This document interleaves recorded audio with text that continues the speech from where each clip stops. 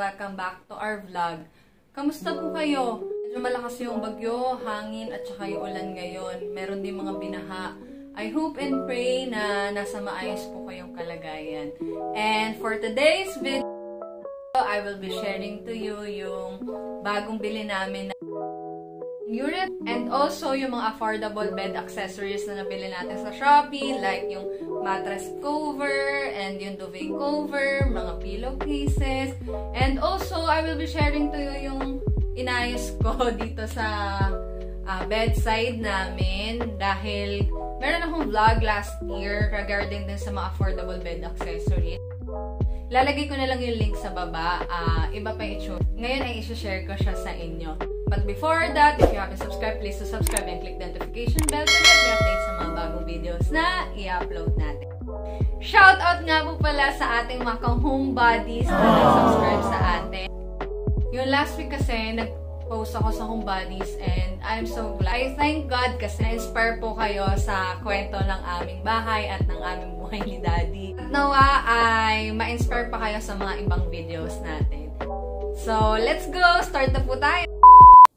Ito yung itsura ng bed namin ni Daddy nung lumipat kami dito sa bahay namin. We have Salem na 8 inches, tapos the spring siya, tapos mattress topper, memory foam siya na 2 inches na binili namin sa Mandawi Foam. Sobrang gustong-gusto namin tong kama na to dahil yan siya kasi sobrang lambot and masarap siya higaan. Kaya lang parang sobrang lumambot na yung kanyang spring. Kaya pag umuupo si Dad sa kabilang side, tapos nasa kabilang side ako, sumasama rin ako doon sa paglubog. Siguro sa weight niya din.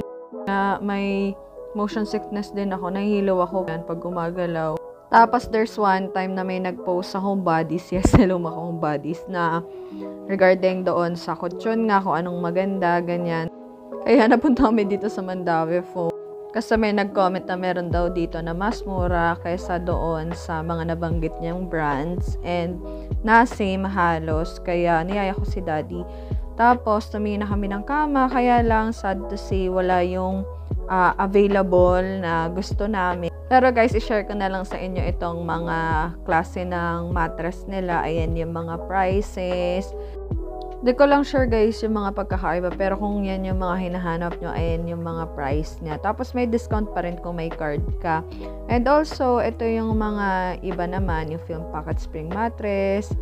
Yan, hotel quality spring mattress. Ayan, yung mga price. Mas mura sila yata compare sa Uratex. And same lang din, may mga warranty. Actually guys, nabudol ko lang talaga sa Daddy kasi pillows talaga yung bibili namin. Kasi matagal niya nang pinabibili sa akin dahil nga naluluno daw siya. Yung binili ko daw na Uratex na pillow, lumulubog. Kaya sabi ko, sige, pero since nga walang available nung gusto namin, itong pillow lang nabili namin, yung matigas siya at hindi lumulubog. Maganda din daw siya sa para hindi magka-stiff neck. Dahil walang available doon sa Mandawi Foam na gusto natin na mapipick up kagad, nagpunta kami dito sa All Home General Trias ulit. So, ayan yung mga prices ng Orthocare Balance. Ito yung gusto namin talaga bilhin kasi doon sa kama na namin, bukod sa masyadong malambot, sumasakit yung likod namin. Kahit mga bata pa kami. Siguro dahil na rin sa stress. Ayan, ganito yung itsura niya guys sa loob. Kaya, ito yung Orthocare Balance. May special feature siya na, ayan o, butas-butas para yung tamang higa ng bawat parts ng buto mo, doon mapupunta. Ayan, pinakamaliit sa baba. Tapos, ayan, may net pa siya after nung cover niya mismo. Tapos, yung butas niya pataas, medyo lumalaki. Kaya, magiging pantay daw yung pagtulog mo doon sa mga butas na yun. Kaya, nagustuhan namin siya. Ayan, so marami kayong mapagpipilian dito na mattress. Meron na din silang available mismo na stock. So, tanungin nyo na lang yung mga salesman. Mas mura to guys yata pag sa Uratex mismo na warehouse ka pumunta. Kaya lang medyo mahaba pila ngayon. At saka medyo mahigpit sila sa social distancing. Isa lang pwede pumasok to sa store nila sa Bacoor na pinuntahan namin na nakaraan. Tapos, di na rin kami umabot kasi hanggang 5 lang yata yung store nila. So, dito na lang kami pumunta kasi hanggang gabi dito sa All Home. Tapos, distributor din naman sila ng Uratex. And may warranty rin naman. Tapos, malapit pa dito sa bahay namin sa Lancaster. Queen size itong binili namin, guys. And, ayan yung price niya, 910,499.95, pero nakuha lang namin siya ng almost 17K with discount siya kay All Home. And teneng, butol spotted. So, ayan, thank you Daddy sa bagong mattress.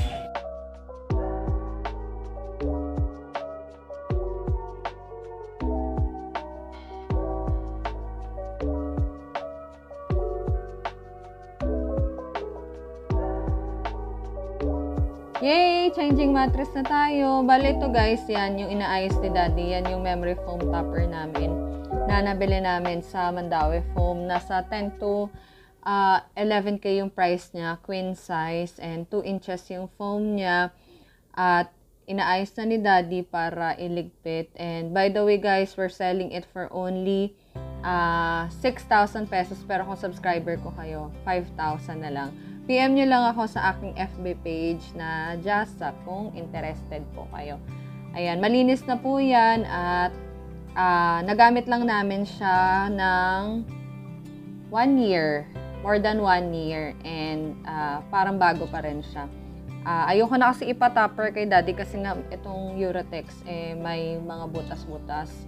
So kung itopper namin siya, hindi mo na mararamdaman sa likod mo yung butas. Pero good as new pa rin ito guys. So, PM me kung gusto nyo po.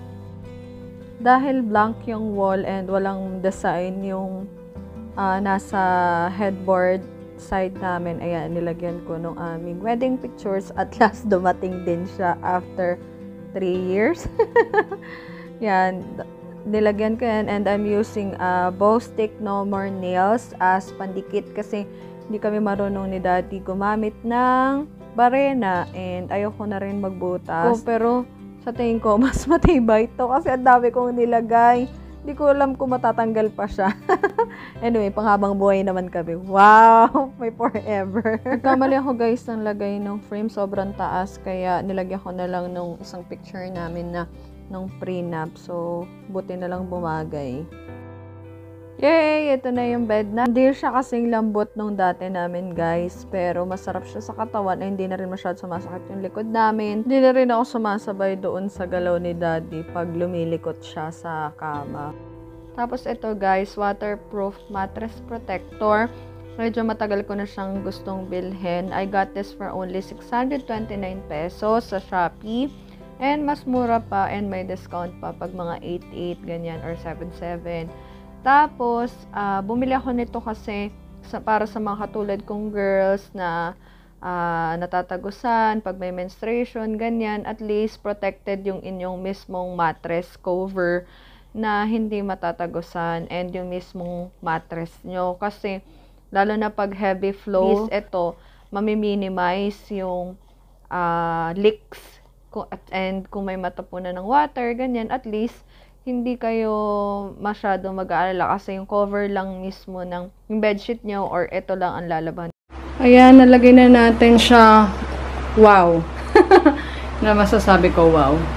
Ang galing, sakto siya. Tapos, ito medyo manipis pero ito parang garterize siya. Siya yung mag-iipit doon sa mattress. Ayan, naririnig nyo ba yung tunog niya?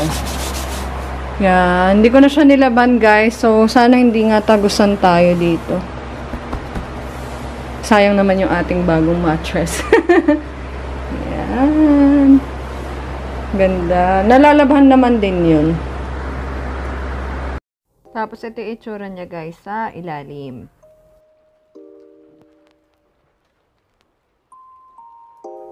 And dahil naliliitan ako sa aming lampshade and instead na bumili ako ng wall lamp para lumiwanag siya, hindi lang nasa baba yung liwanag niya, ididikit na lang natin siya sa wall. And ginamitan ko ulit siya ng bow stick, no more nails. Ingat lang sa paggamit guys, masyado siya madikit. Kinamay ko siya kasi naglilik siya nung sa ginamitan ko ng gun. Madaming nasasali. Ayan ang pinandikit ko guys. Ayan, sobrang dikit niya. Ayan, natanggal yung pintura ng wall na. Ang ginawa ko yung natanggal na dikit ng wall pintura. Dinikit ko na lang ulit kasama nung lampshade. Wala nang magawa eh. Pero pipintura ko na lang ulit. Tapos, dito naman sa side ni Daddy yung aking dinikitan. Tapos guys, sa pagdikit, 3 to 5 minutes bago nyo tatanggalin yung inyong kamay para dikit na dikit talaga. Yay! Ito na siya. Ganda, diba? Kaysa doon sa dati.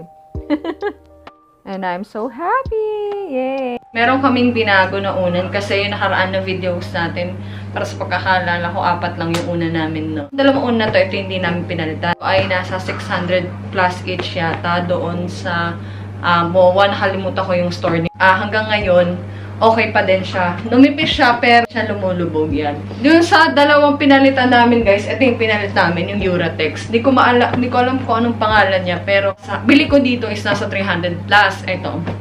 Yan, nakikita niyo. Hindi siya bumabalik, lumulubog yung ulo mo. Kaya nagkakaroon ako ng stiff neck. Tapos ayaw din ni Daddy kasi parang nalulunod daw siya. Kaya umikot kami. Tapos, ito, nakabili kami nito. Ito yung Contoured Ultra Soft Pillow. Yan. Ito ay from Mandawi Foam. Sa Mandawi Foam mismo namin na binili. 5 by 15 by 21 inches yung size niya. Nasa, kung maalala, 400 or 500 plus. Basta, ayan, ito siya. Kasi ang sarap niya sa ulo, ayan o, iba yung kanya shape. So, kung higa ka, ganyan. Pero ito, firm siya. So, ang ginagamit namin dati, itong dalawa. Itong Uratex, pang yakap-yakap na lang siya. Ginamit na lang din namin siya kasi sayang naman yung bili namin. And, hindi ko sinasabi na pangit tong Uratex ha. It's just that hindi siya para sa amin. Kasi, si Daddy nga, pag nagaganon na, pag gumaganon siya, nahihilo siya kasi nga gumaganon siya. Yun. Tapos ako naman, stiff neck ako. Yun. Kaya ito yung binili namin. Yan. Ang ganda niya, guys. Dalawa yung binili namin. So, all in all, 6 ulit yung una namin. May bago rin akong biniling pillowcase, guys, na white. Again, gusto ko talaga ng white kasi para mga hotel-inspired, ganun. Ito, doon din natin to binilihan natin nakaraan doon sa isang vlog natin. Bago nang gamit ko ano dito. Fabric conditioner. Masasabi ko, mas maganda yung quality nung una nating binili. Pero, okay na din naman to. Dalawa lang binili ko kasi medyo nagmahal sila eh. Nag 100 plus. Yung unlike nung una natin binili, 99 dalawa. Ito, 100 plus dalawa, queen. 20 by 30 yung size. Tapos, ito, bagong binili din natin to.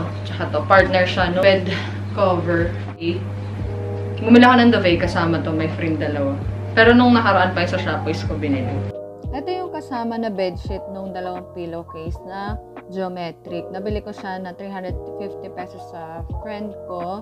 Lagay ko na lang yung page niya sa baba sa description box. And also, maganda yung tela niya. Sana hindi nga lang lumipis kagad. And ang downside lang sa kanya, guys, sa 6 inches, siguro fit na fit siya. Pero sa 8 inches pataas, nakapal ng mattress, medyo putot siya. Pero ang kagandahan naman, lahat ng sides niya merong garter.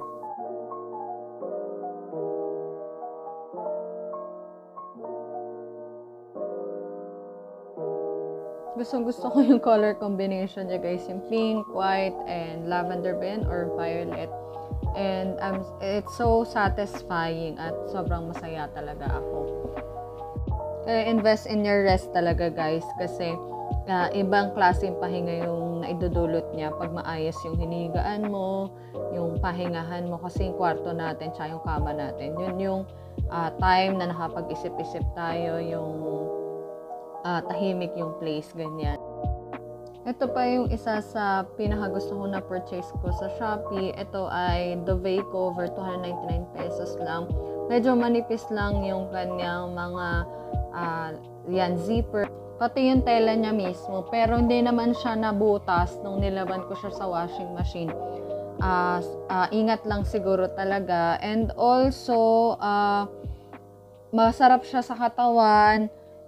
Make sure lang, guys, na yung ilalagay nyo yung Dove is at least color white and plain para hindi siya bakat. Kasi yung nabasa kong review doon sa mismong seller, pag may color or may mga drawing yung Dove nyo, halata siya sa labas.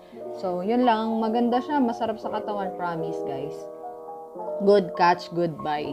Pwede na siyang pamalitan kaysa bumili tayo ng mga mahal, mga nasa 1,000 to 2,000 plus. Kasi lahat naman yan naluluma, at least makapagpalit ka ng makapagpalit ka na mababa ang price. Pasensya na guys, first time ko magkaroon ng duvet cover and ayan, hindi ako marunong maglagay. May nakita ako sa Home Buddies kung paano nilalagay, kaya lang hindi ko na mahanap. Ayan, so bear with me.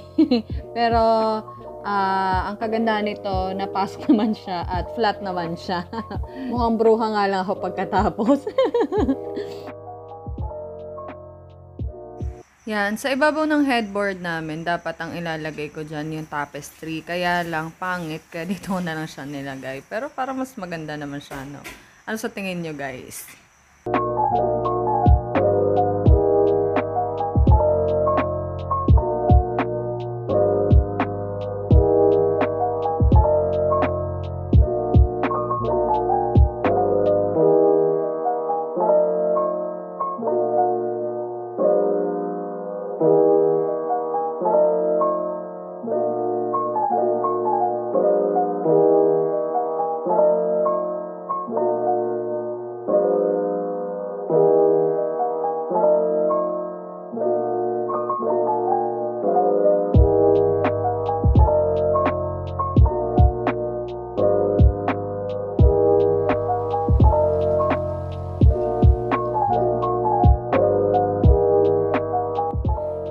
Tapos na yung ating vlog. Kung nagustuhan nyo ito, don't forget to like, subscribe, and share it to your friends, to your family, and also comment down below kung may mga suggestion kayo.